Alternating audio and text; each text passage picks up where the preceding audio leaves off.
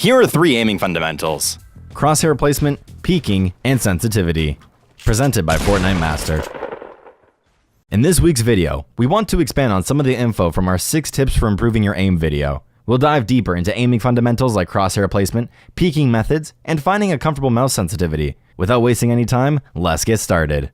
The first thing we want to go over is crosshair placement, one of the most important aiming skills in FPS games.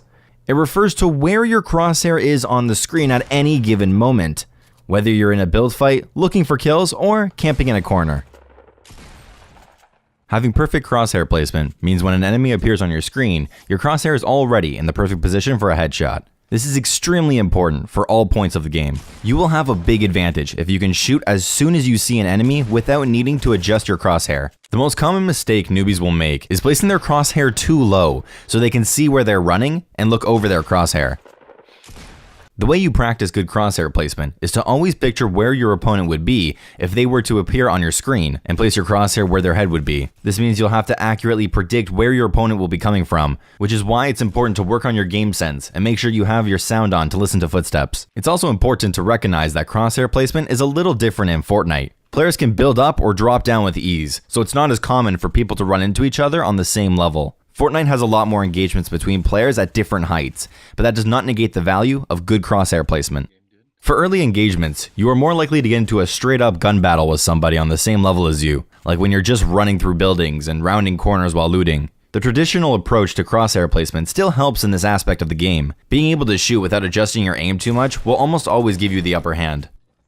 For build battles and fights between players at different heights, crosshair placement is more about predicting where your opponent is going to be and holding that angle with your crosshair.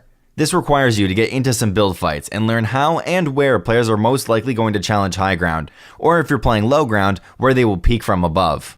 Understanding how to peek effectively is crucial to getting better at Fortnite. We're going to explain a couple of ways to help you peek quickly and safely, ensuring you get the better of any trade you take. First, it's important to recognize the value of peeking right-hand angles in a third-person shooter like Fortnite. The crosshair naturally rests on the right side of your character model, meaning peeking around a right-hand corner requires you to expose only a small portion of your body. Peeking a left-hand corner, on the other hand, requires you to essentially walk completely in the open to get a shot off. For this reason, you should always aim for right-hand peeks to avoid left-hand peeks whenever possible.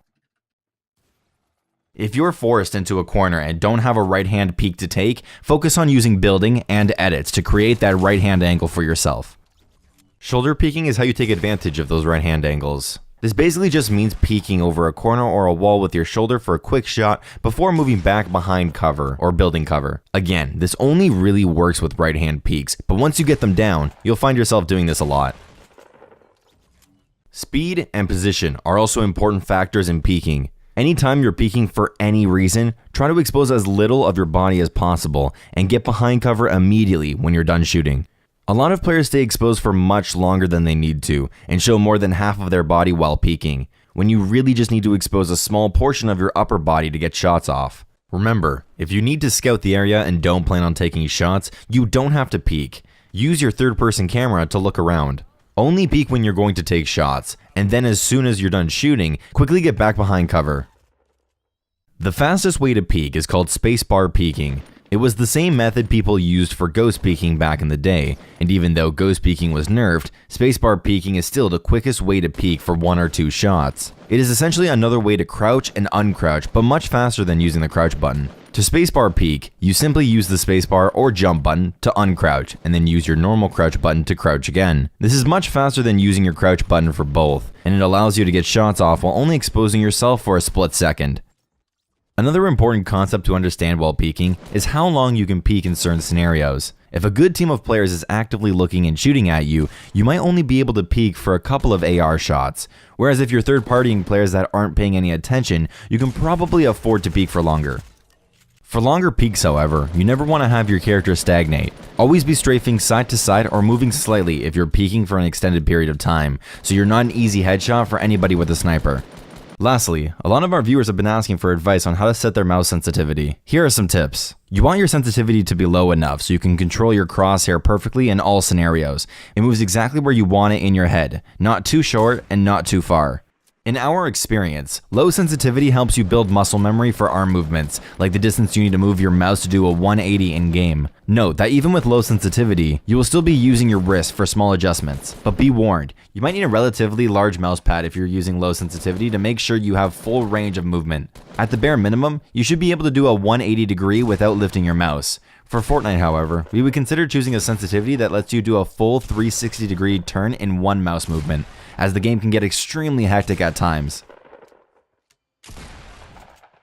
With a really high sensitivity, all of your movements are mainly done with your wrist, which is harder to build muscle memory for, in our opinion. Although, some players are extremely accurate when using high sensitivity, so it ultimately comes down to personal comfort.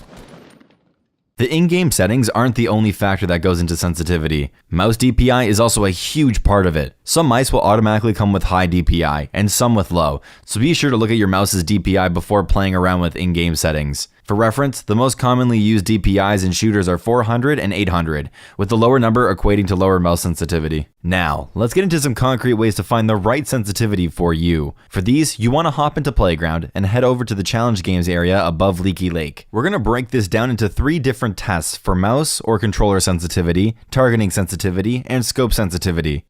For the base mouse and controller sensitivity, go to one of the shooting ranges, grab 5 pump shotguns, and get started. Basically, you just want to jump around and take shotgun shots at the robots. You can practice a ton of things like general shotgun aim, 180 shots, flick shots, shots after building, and edit plays. When you find a good sensitivity, you should feel in control of your movement and aim at all times. You should also be able to hit about 90% of your shots. For targeting sensitivity, grab a couple of assault rifles and start another round on the shooting range. For this one, we recommend tracking one robot until it's dead, then flicking to another one you see. Rinse and repeat. If you find it hard slowly tracking or are flicking too far when you switch, your targeting sensitivity is probably a little too high. Continue adjusting your sensitivity until you feel completely comfortable tracking and hitting most of your flicks onto new robots. For scope sensitivity, head to the furthest right shooting range and grab a semi-auto sniper. Focus on tracking the moving robot as it runs across and taking shots every time it turns to go back in the other direction. Note that you will need to lead your shots to hit this one. Once you get comfortable with the lead distance, concentrate on flicking to the lead distance and hitting those shots. If you keep flicking too far, lower your scope sensitivity a little, and if you're flicking too short, raise your sensitivity and try again.